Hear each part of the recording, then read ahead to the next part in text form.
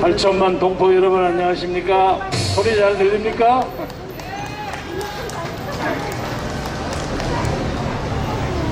오늘 이 자리에 앉아서 연설 차례를 기다리고 있으니까 갑자기 생각나는 시인 한 사람이 생각납니다.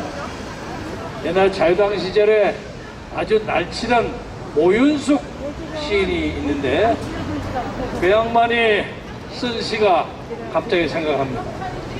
여러분 아시는지 모르겠지만 국군은 죽어서 말한다. 내일이 현충일입니다. 산옆 외로운 골짜기에 혼자 누운 국군을 본다. 아무 말 아무 소리 없이 혼자 누운 국군을 본다. 그리고 그 다음을 잊어먹었습니다. 그렇게 싸우다가 말없이 죽어서 산골 외로이 누워서 누군가 자기의 죽음을 거두어주기를 바라는 그 수많은 우리의 용사들이 이 나라를 지킨 겁니다. 그런데 지금부터 24시간 후에 저 현충원에서 벌어질 현충원 기념식에서는 아마 이번에도 대한민국 국가를 부르지 않는 사태가 벌어질 겁니다. 작년에 그랬습니다. 그래서 이놈의 정부는 도대체 족보가 어디냐 이거예요. 어느 나라 어느 정부냐 이거예요. 목숨을 바쳐서 나라를 지킨 우리의 용사들을 찬양하기는커녕 엉뚱하게 이 나라를 쳐들어오는 데 앞장섰던 김원봉이 같은 자를 이 나라 국군의 뿌리라고 얘기하는 이런 말도 안 되는 엉터리 정부가 내년 3월 9일까지 계속된다는 게 참으로 억울하고 비통합니다. 그래서 이 나라를 세운 사람이 누굽니까? 이승만 대통령. 이승만 대통령 얘기를 오늘 제가 처음으로 좀 하려고 하는데, 워낙 이승만 대통령과 박정희 대통령은 정모 목사님이 정복이에요. 그래서 제가 일부러 얘기를 안 했는데 오늘 마침 안 계시니까 제가 한마디 하겠어요. 그 양반은 1919년 4월 11일에 상해에서 건설된 대한민국 임시정부의 초대 대통령입니다.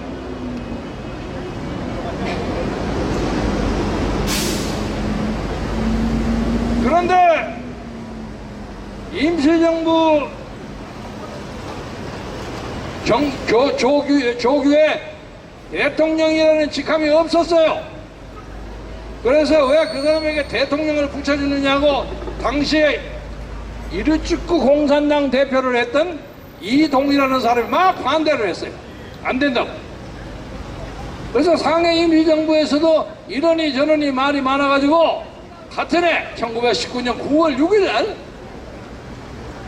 대통령이라는 자리를 만들어가지고 이승만 박사가 초대 대통령이 됐습니다. 5년 동안 대통령을 했어요. 5년 동안. 그리고 쭉 하와이, 미국을 왔다 갔다 하면서 공부도 하고 학위도 하고 하시면서 상해 임시정부의 마지막 주석을 했습니다. 그때는 이제 대통령 자리를 바꿔 주석을 바꿨어요. 우리 김구 선생님도 주석을 했지만 마지막 상해 임시정부의 주석은 이승만 박사입니다. 그런데 그때도 그 임시정부 안에서 좌파들이 많이 시끄럽게 했습니다. 이해는 할만하지만은 이 사람들이 독립자금을 얻기 위해서 저 그 소련 모스크바 레닌한테까지 쫓아갔어요. 돈 달라고. 그래서 레닌의 회고록에 보면 한국의 어떤 정치 지도자가 와서 돈을 내려고 뭐라 해서 그래 조선 독립을 위해서 돈이 얼마나 필요해요 하고 물었더니 그 액수는 확실히 기억하지 못하겠습니다만 뭐 150만 루블인가 뭐 이렇게 얘기를 했대요. 그러니까 레닌이 보기에는 영 택도 없이 적은 돈이야. 그래서 그 사람 하는 얘기가 저 사람 가지고 조선 독립 못하겠구만 하고 평가했다는 기록이 있습니다. 그런데 그 돈을 가지고 와서 찢어먹고 가르고 하느라고 쌈박질을 벌고 난리를 쳤어요. 심지어 그 돈을 받아온 사람 중에 김립이라는 사람은 돈을 받아갖고 엉뚱한 데 돌렸어요. 그 난리 법석을 쳐 그 사람 나중에 암살당했습니다. 반대편에. 이렇게 구차하게 독립운동을 했습니다. 그런데 한때 그 중에서는 중국이나 상해나 천진이나 베이징이 이런 데서 만주나 이런 데서 위험을 무릅쓰고 독립운동하는 사람이 아니고 그때 가면 배 타고 하와이 가고 미국 가고 해서 폼 잡고 다니는 이승만 박사에 대한 거부감이 좀 있었던 것은 사실입니다. 그러나 당시에 이승만 박사는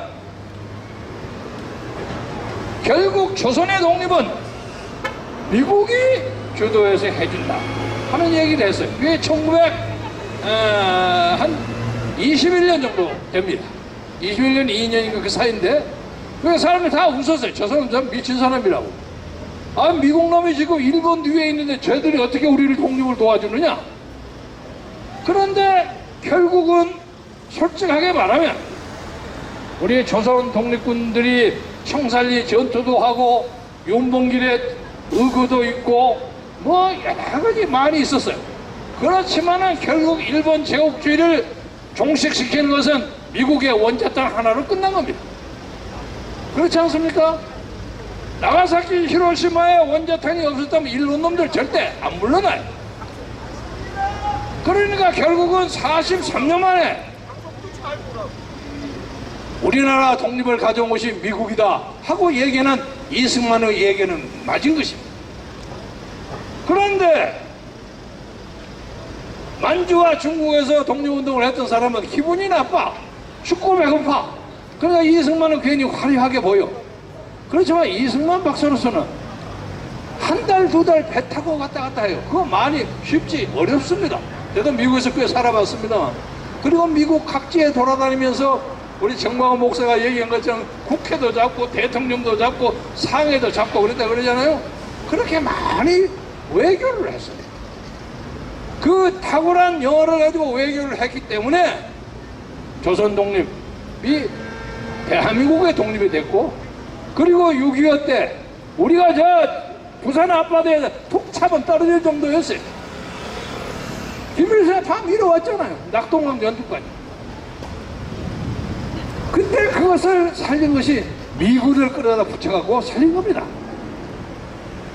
그래서 이 나라의 좌파의 후예들은 이승만을 될 수 있으면 없애버리려고 난리예요. 그리고 엊그제 무슨 오은처장이라는 자는 축사를 하면서 이승만 대통령이라는 말을 안 쓰고 이승만 박사가 뭐 그리 중요한 문제야. 대한민국에도 1년에 15,000명의 박사가 나오는데, 그래서 이승만 대통령이 1919년 21년부터 가졌던 조선 독립의 꿈, 드림, 그리고 자유민주공화국을 만들겠다는 이 이상이 오늘의 대한민국을 만든 겁니다. 또 하나, 박정희 대통령에 대해서 얘기하겠습니다. 저는 솔직하게 말해서 박 대통령에 대해서 대모를 많이 했던 사람이에요.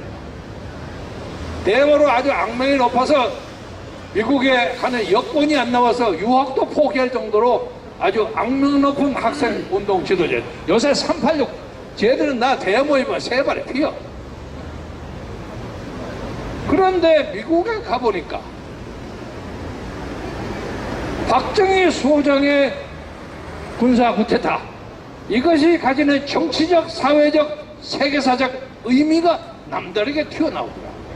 제가 그때 가까이 지냈던 김대중 선생도 박정희 대통령의 그 존재를 절대로 무시하지 않습니다. 자기의 정적이면서도. 그래서 박정희 대통령이 했던 군사 쿠데타는 이 나라 역사에 산업혁명을 가져오게 한 겁니다. 그 양반이 적당히 쿠데타 해가지고 요새 무슨 샤베스라든가 뭐 남미의 이상한 군사 독재자처럼 적당히 지나다가 쫓겨나고 어쩌고 해서 우스운 사람이 되죠. 이 나라를 만든 사람이 하나만 여러분에게 예를 들겠습니다. 경부 고속도로를 만들기 위해서 수출을 하려면 도로가 빨리 돼, 물류가 빨리빨리 가야 한다. 그걸 만들려고 하니까 아무것도 물정을 모르는 야당 지도자들이 고속도로 기공식 앞에 가서 큰 대자 누가 반대하는 대모를 했어요. 무슨 놈의 농토를 다 없애면서 쓸데없는 길을 만드느냐고. 그래서 저는 가만히 생각하면서 요새 우리나라 사람들 만사에 반대하고 엉뚱한 소리 짓거리하고 뭐 LH 사태 뭐 한다고 조사한다고 난리 법석정하고 피레미 한 마리 잡은 둥 마는 둥 하잖아요. 대한민국은 경우에 따라서 좀 잡아야 해. 법치를 위해서는 좀 질서를 유지해. 지금 아까 어떤 선생이 얘기한 것처럼 대한민국 서울의 간첩이 바글바글해.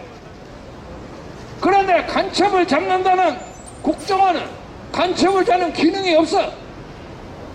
그리고 국정원을 한다는 사람이 이 사람은 간첩을 잡을 의사가 있는지 없는지도 애매해. 어떤 게 행동하고 간첩 비슷한 행동을 해. 이놈의 나라가 이렇게 엉터리가 되어 있어요. 그런데 국가보안법을 없애려고 해. 그게 이 나라는 기본적으로 문재인이라는 사람은 대한민국의 존재 이유와 대한민국의 정치적 정통성과 우리의 역사적 합법성을 싸그리 모르는 무식한 사람이거나 아니면 북한 누구로부터 지령을 받은 사람이라고 생각하는데 여러분 어떻게 생각하세요? 보세요! 저 지나가는 우리 시민들을 다 찬성합니다. 그래서 이제 우리는 이승만과 박정희의 건국정신과 산업혁명 정신으로 나라를 지켜야 합니다. 영국의 유명한 윈스턴 처칠이라는 정치가가 어렸을 때는 보수당을 가기 전에 노동당을 먼저 갔어요. 좌파 정당을 갔어요. 한참 하다가 영국 노동당이 좀 지나쳐 막스 레닌주의에 빠져가고 정신없이 이거 안 되겠구나 하고 몰라서 그 다음에 자유당으로 가요. 이 자유당이라는 건 조금 더 중간 중도 세력 정도 돼요. 이 사람들도 눈치 슬슬 보면서 나라를 생각하는 그 가락이 약해. 그래서 나이 70이 돼서 보수당으로 갔습니다. 그래서 흔히 하는 얘기를 윈스턴 처칠의 그 정치적 이력을 보면서 사람들은 정치를 할 때 나이를 들면 조금씩 보수화 된다. 저도 마찬가지입니다. 감히 제가 윈스턴 처칠에게 비교해서 대단히 저도 죄만스럽습니다만은 저도 중도 자유주의자였어요. 그러나 이 나라 하는 거 보니까 중도 자유주의라는 자는 누가 와서 간첩 비서는 놈이 돈 얼마면 확가닥 넘어가. 아주 우스워 이 나라 사람들.